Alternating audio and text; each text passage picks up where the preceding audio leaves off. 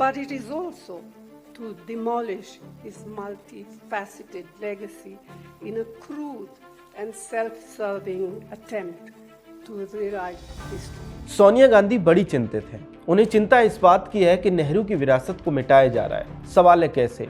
नेहरू की विरासत को तो ढोल बजाकर बताया जा रहा है। कांग्रेस की सरकारों ने दशकों तक नेहरू को लेकर जो तथ्य छिपाए थे, सार्वजनिक बहसों में वे सामने आ रहे हैं और उन तथ्यों के आधार पर लोग नेहरू का मूल्यांकन कर रहे हैं। लोकतंत्र में किसी नेता का मूल्यांकन तो लोग कर ही सकते हैं, इसमें भी समस्या है। ऐसे में सोनिया गांधी इतनी भावुक क्यों हो रही है? दरअसल उनकी परेशानी ये नहीं है कि नेहरू का मूल्यांकन हो रहा है, बल्कि ये है कि जो दशकों तक छिपा कर रखा गया वो कैसे बाहर आ रहा है। जैसे इस कार्टून को देखिए, नेहरू अंबेडकर को हंटर मार रहे हैं और अंबेडकर संविधान पर बैठे हैं। ये दिखाने का प्रयास है कि अंबेडकर संविधान का काम जल्दी और ठीक से नहीं कर रहे थे। नेहरू ने हंटर मार मार कर उनसे जल्दी काम करवाया। मजे की बात यह है कि 1949 में पब्लिश्ड ये कार्टून 2012 तक एनसीईआरटी की किताबों में था। तो अब अगर इसका मूल्यांकन किया जा रहा है तो नेहरू की विरासत को मिटाना कैसे हो गया? सोनिया गांधी शायद न जानती हो, लेकिन नेहरू की विरासत यह है कि उनके लिए सरदार पटेल से प्रधानमंत्री का पद गांधी ने छीन लिया था।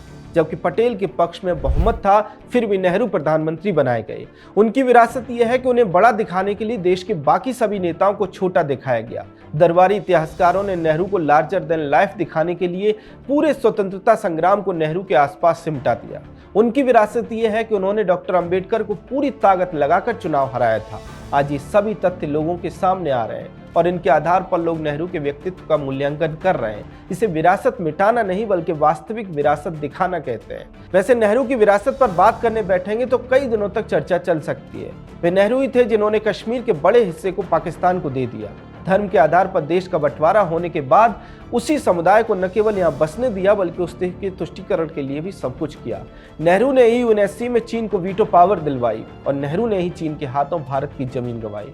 नेहरू ने ही मुस्लिम तुष्टीकरण के लिए वंदे मातरम के स्टेंजा काटे। मैं नेहरू जी का कोट पढ़ता हूं। नेहरू जी कहते हैं, मैंने वंदे मातरम गीत का बैकग्राउंड पढ़ा है। नेहरू जी फिर लिखते हैं, मुझे लगता है कि ये जो बैकग्राउंड है इससे मुस्लिम भड़केंगे। साथियों, इसके बाद कांग्रेस की तरफ से बयान आया कि 26 अक्टूबर से कांग्रेस कार्य समिति की एक बैठक कोलकाता में होगी, जिसमें वंदे मातरम के उपयोग की समीक्षा की जाएगी। बंकिम बाबू का बंगाल, बंकिम बाबू का कोलकाता, और उसको चुना गया और वहां पर समीक्षा करना तय किया। पूरा देश हतप्रभ था, पूरा देश हैरान था। पूरे देश में देशभक्तों ने इस प्रस्ताव के विरोध में देश के कोने कोने में प्रभात फेरियां निकाली, वंदे मातरम गीत गाया। लेकिन देश का दुर्भाग्य कि 26 अक्टूबर को कांग्रेस ने वंदे मातरम पर समझौता कर लिया।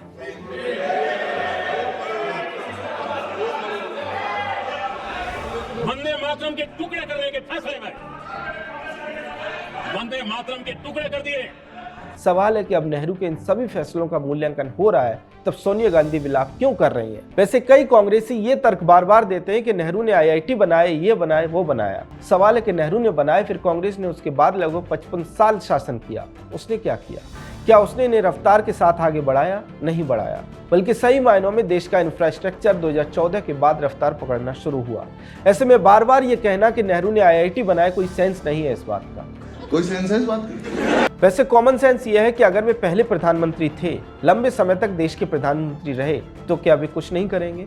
मतलब कुछ ना कुछ तो करेंगे ही। ऐसे में अगर उन्होंने कुछ चीज़ों की शुरुआत भी की, कुछ संस्थानों की नींव भी डाली, तो इसे ऐसे क्यों पेश किया जाता है मानो उन्होंने कोई ऐसा बहुत बड़ा काम कर दिया जो आज तक कोई न कर पाया हो। वैसे नेहरू की समाजवादी आर्थिक अर्थव्यवस्था ने कैसे देश का बंटाधार किया, ये भी नेहरू की विरासत का एक हिस्सा है। जेआरडी टाटा जैसे देश के कई बड़े उद्योगपति कई बार सार्वजनिक तौर पर यह बात कह चुके हैं कि अगर पटेल प्रधानमंत्री बने होते तो अर्थव्यवस्था तेजी से आगे बढ़ती। एक बात और समझिए, नेहरू को अक्सर फ्रीडम ऑफ स्पीच का झंडाबदार बनाकर पेश किया जाता है, जबकि सच यह है कि नेहरू ने ही अभिव्यक्ति की आज़ादी का गला घोंटते हुए संविधान में पहला संशोधन किया था। मजरूह सुल्तानपुरी ने 1949 में नेहरू पर एक कविता लिखी तो उन्हें जेल में डलवा दिया गया था। तो ये विरासत है नेहरू की, और इस विरासत को आज लोग देख पा रहे हैं, उनका मूल्यांकन कर रहे हैं, क्योंकि पहले उन तक ये सभी तथ्य पहुंचने ही नहीं दिए जाते थे। अब जब ये तथ्य पहुंच रहे हैं तो लोग नेहरू पर बात कर रहे हैं। इसमें विरासत मिटाने की बात कहां से आ गई?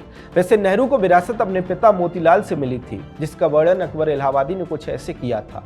कौम के गम में डिनर खाते हैं हुक्काम के साथ, रंज लीडर को बहुत है मगर आराम के साथ। तो सोनिया गांधी को समझना चाहिए कि नेहरू की विरासत को मिटाया नहीं जा रहा है, बल्कि देश की जनता को बताया जा रहा है, जिससे कि नेहरू का सही मूल्यांकन देश की जनता कर सके। खैर, सोनिया गांधी के बयान को लेकर आपका क्या कहना है कमेंट सेक्शन में हमें जरूर बताएं। अगर आपको हमारा कंटेंट पसंद आता है तो हमारे चैनल को सब्सक्राइब भी कर लें। जय हिंद।